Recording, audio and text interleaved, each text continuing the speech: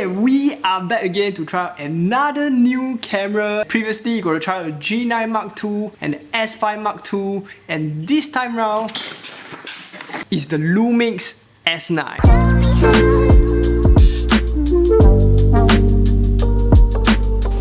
Okay, so first impression, this actually looks much smaller and lighter than the S5 Mark II and even the GH series. I would say it's more comparable to my Micro Four Third GX85, which is actually quite impressive. And aesthetic wise, I would say this actually looks much better than I thought. I actually thought that cameras being colorful are a little bit cheesy, and what I'm holding right now is actually the crimson red, and there are 4 other colors as well. I actually like the green one a little bit more, but this red one actually does go well with some of my Red Essence camera accessories. And looks wise, I would say it's quite different from your usual Lumix camera, which are more black, bulky and more intimidating. I would say this actually looks more like a vintage style Leica camera body, which I think is not too bad and also looks much less intimidating. And weight wise, I would say I actually really love it.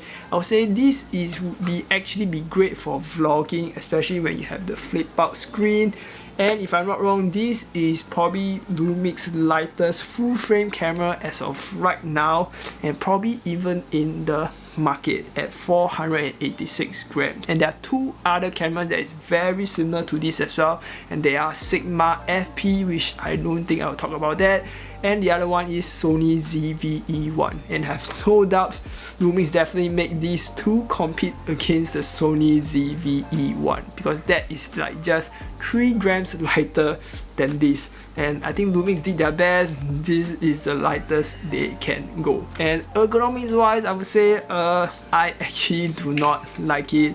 This is probably the worst ergonomics out of all the Lumix camera that I tried before. As you can see, it doesn't have hand grip at all. It's totally flat, and I just don't feel as safe holding this compared to the other Lumix camera. It can just like simply slip off my hands easily, but thankfully Lumix did work with like small rig to have some sort of attachment to have some sort of grip, but it adds some weight to it, so I won't be using that. Body as well is a little bit more plasticky. It's lacking that rubberized textured body which other Lumix camera have, and the buttons as well is also slightly more sink in than usual, which I do not like. So overall, on my first impression, I would say I do like the aesthetics, love the weight, but not the ergonomics.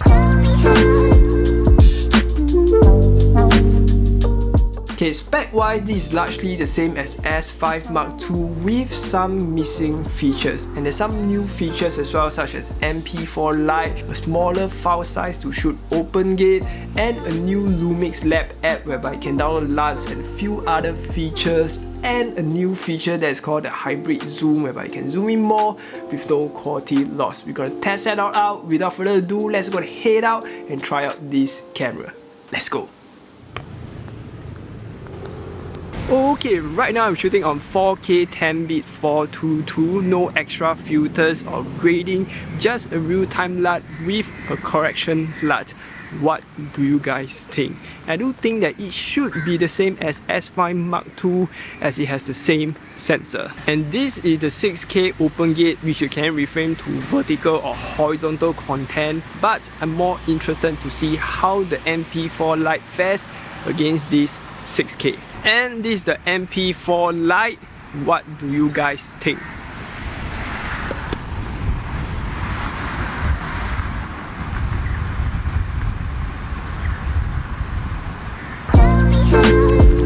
Okay, back at my usual spot, we're going to test out the stabilization of this camera. Right now I'm 24mm so as to compare to other Lumix camera, and this is the optical stabilization, and I'm just walking right now, and then I'm just going to run.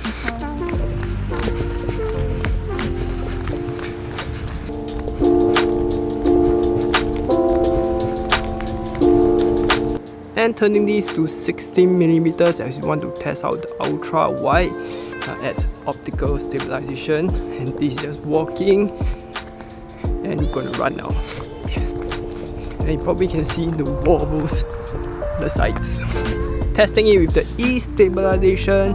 I'm walking right now and gonna run, and you probably will notice the wobbles on the side is now gone. And this is Stabilization on high, and it should be more cropped in and more stabilized.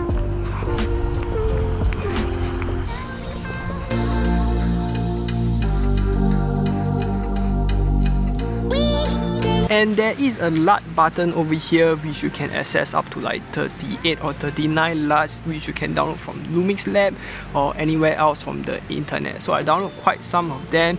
You can actually use it for video and photo as well. We're going to test it out. We're also going to test it with the 20 to 60mm kit lens.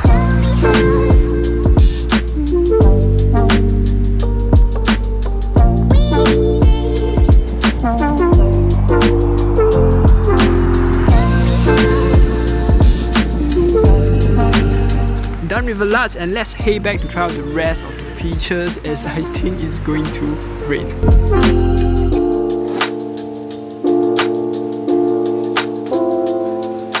Okay, so I reviewed the footage and I gotta say the image quality is pretty much the same as S5 Mark II, since it's at the same sensor, and the MP4 light looks the same as the 6K open gate as well. The only difference is the resolution. When you zoom in more, you'll be able to see some noise. And stabilization is a little bit more shaky than the S5 Mark II. The G9 Mark II is probably still the best, but for this form factor and size, I would say it's still the best in class for stabilization. And for the LUT button, I do like the fact that you can change your LUT pretty easily and even change your LUT while recording your video. But as for me, I'm pretty much a one LUT kind of guy, making this LUT button pretty useless for me. And the Lumix Lab app, I tried it out. I personally think that it's still at a very early stage. There are quite a decent number of LUTs in there, but I think the variety is not wide enough. I did not find any LUTs that I like. I still prefer to find my LUTs from the internet. And there's an editing software inside it as well. Again, very early stage. The miniating, for example, looks kind of weird to me. I would still prefer to use my native apps or software to do my edits. And the best thing about the app is you are able to create your own LUTs, and the convenience of transferring your photos or videos directly to your phone through the use of 5 GHz Wi-Fi. So again, very early stage, but I do see the potential of it. Autofocus is the same as S5 Mark II, but one difference is that the 1080 slow-mo no longer defaults to contrast detect autofocus. It will stay as phase detect autofocus, unlike the S5 Mark II. Hopefully they will bring this to the S5 Mark II. And low light is pretty good as expected of a full frame. And lastly, hybrid zoom, I really love it. At 6K you won't be able to zoom in more. At 4K for 20 to 60mm lens, you can zoom up to 93mm.